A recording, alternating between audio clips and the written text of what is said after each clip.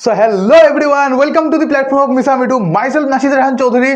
और यार मैग्नेट का जो चैप्टर है, magnetic effect of electric current, उसका मैं थर्ड लेक्चर लेके आया हूँ। यार दोनों लेक्चर में तुमको मजा आ गया होगा। थर्ड लेक्चर भी देखो यार, मजा आएगा। और थर्ड लेक्चर जो है इसमें मैं कवर करने वाला हूँ सोलेनोइड के बारे में। क्या है सोलेनोइड? सोलेनोइड के बारे में कवर करूंगा। क्यों? क्योंकि ये एक इंपॉर्टेंट पार्ट है बाद में जब तुम इलेक्ट्रोमैग्नेट पढ़ोगे। ओके, बाद में जब तुम इलेक्ट्रोमैग्नेट पढ़ोगे तब सोलेनोइड तुमको बहुत इंपॉर्टेंट आएगा। क्या पढ़ोगे? इलेक्ट्रोमैग्नेट। इलेक्ट्रोमैग्नेट,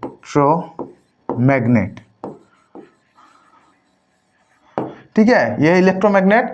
सो जब तुम बाद में इलेक्ट्रोमैग्नेट पढ़ोगे तब ये चीज तुमको बहुत बहुत काम आएगा। मैं यहाँ पर लिख देता हूँ जो यहाँ पर नहीं उठा, कि यही इलेक्ट्रोमैग्नेट बाद में जब तुम इलेक्ट्रोमैग्नेट पढ़ोगे तब तुमको ये बहुत काम की चीज लगेगी। यार सोलेनोइड अच्छा चीज है। देखिए, विदाउट वेस्टिंग एनी टाइम शुरू करते हैं। सोलेनोइड क्या है?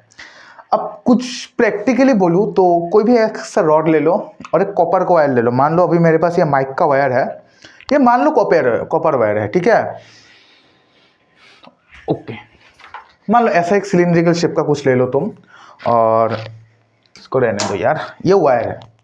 अब इस कॉपर वायर को लेके तुम ऐसे घुमाओ, दिख रहा है तुमको? ऐसे घुमाओ, ऐसे घुमाओ।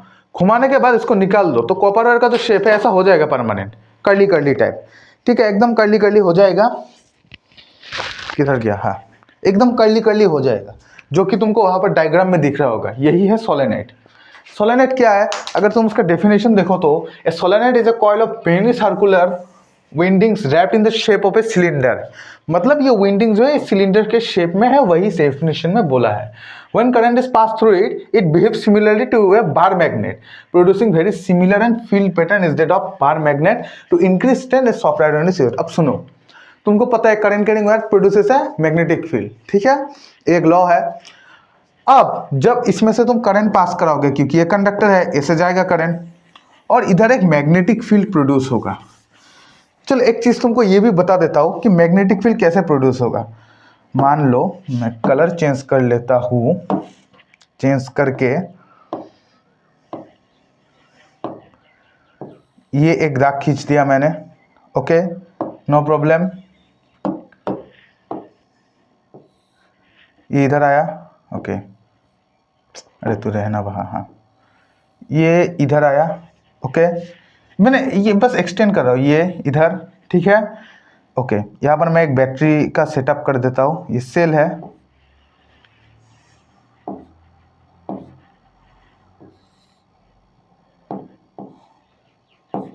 अरे यार डिटरमिन नहीं हुआ। अच्छा, मान लो यहाँ पर एक बैटरी है, ठीक है, मान लो यहाँ पर एक बैटरी है, इस एरिया पर एक बैटरी है, बैटरी, ठीक है, बैटरी है यहाँ पर। बैटरी होने के कारण क्या हुआ? यह है पॉजिटिव साइड, यह है नेगेटिव साइड। इधर से जब करंट आएगा, इधर से जब करंट आएगा, करंट इस डायरेक्शन में फ्लो कर रहा है मान लो, ठीक है, इधर से आके इधर से घुस रहा है।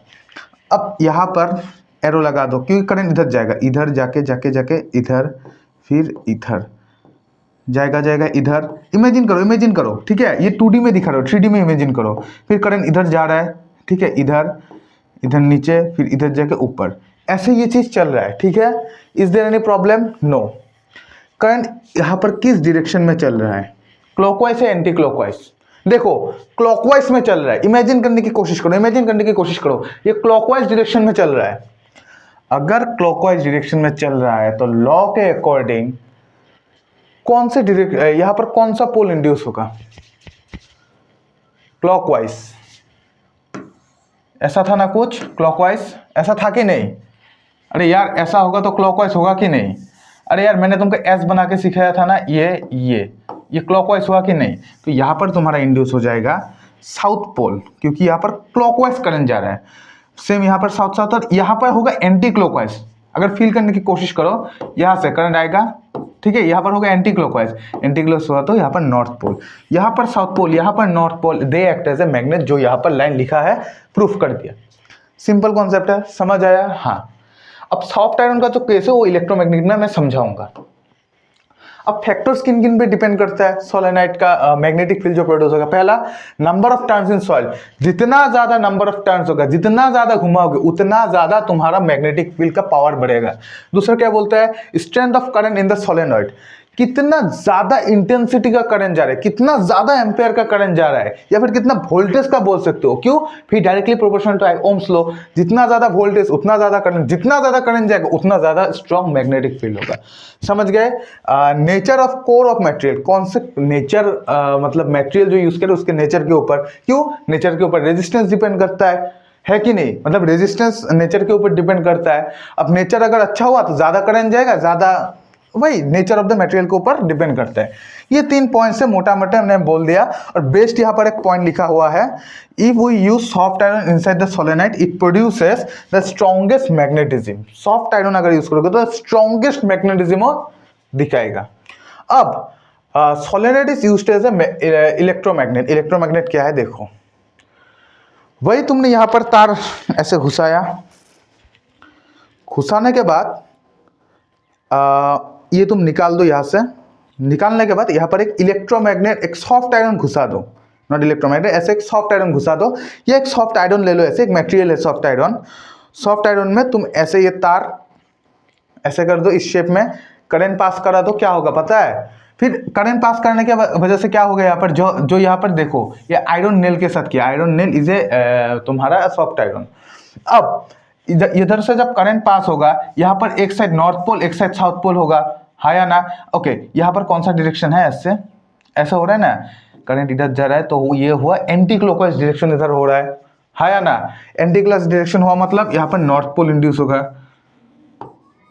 नॉर्थ पोल, और यहाँ पर साउथ पोल इंड्यूस होगा। अब जब तुम इसके अंदर एक सॉफ्ट आयरन घुसा दोगे, जब सॉफ्ट आयरन तुम घुसा दोगे, घुसाने के कारण क्या होगा पता है? सॉफ्ट आयरन में भी मैग्नेटिज्म का प्रॉपर्टी आ जाएगा। ये भाई प्रॉपर्टी है, ठीक है। अगर इसके अंदर मैग्नेटिज्म का प्रॉपर्टी आएगा मतलब क्या है कि ये कोई भी चीज अट्रैक्ट या रिपेल कर सकता है, जैसे एक मैग्नेट करता है। हाँ कि नहीं बोलो? करता है कि नहीं?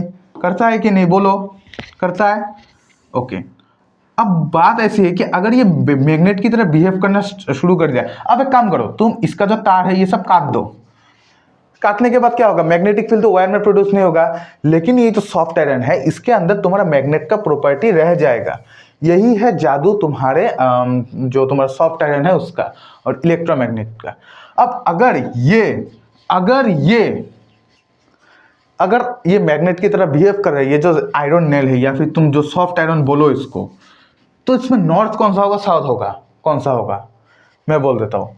जिस साइड को जो तुम्हारा सोलेनाइड है नॉर्थ होगा, उस साइड को इस आयरन नेल का साउथ होगा, और जिस साइड का तुम्हारा जो सोलेनाइड का साउथ होगा उसमें आयरन नेल का नॉर्थ होगा। क्यों? अगर इधर साउथ इंड्यूस हो गया तो एक बात बताओ, साउथ रिपल्शन करेगा कि नहीं? अगर यहाँ किसी कारण बस नॉर्थ इंड्यूस हो गया तो इधर नॉर्थ रिपल्शन करेगा कि नहीं? करेगा कि नहीं? हाँ या ना?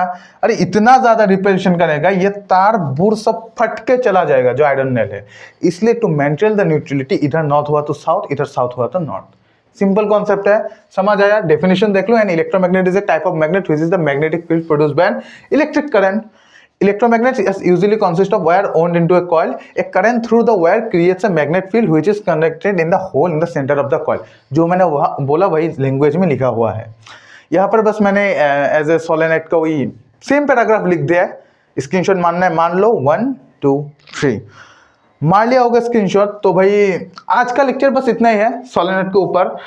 जब कुछ साल पहले ये चैप्टर थोड़ा लंबा और ज़्यादा इंटरेस्टिंग हुआ करता था, क्योंकि वहाँ पर AC generator, AC current, DC current के बारे में भी क्लास 10th में पढ़ते थे, जो कि तुमको इन फर्दर क्लास 12 मिलेगा।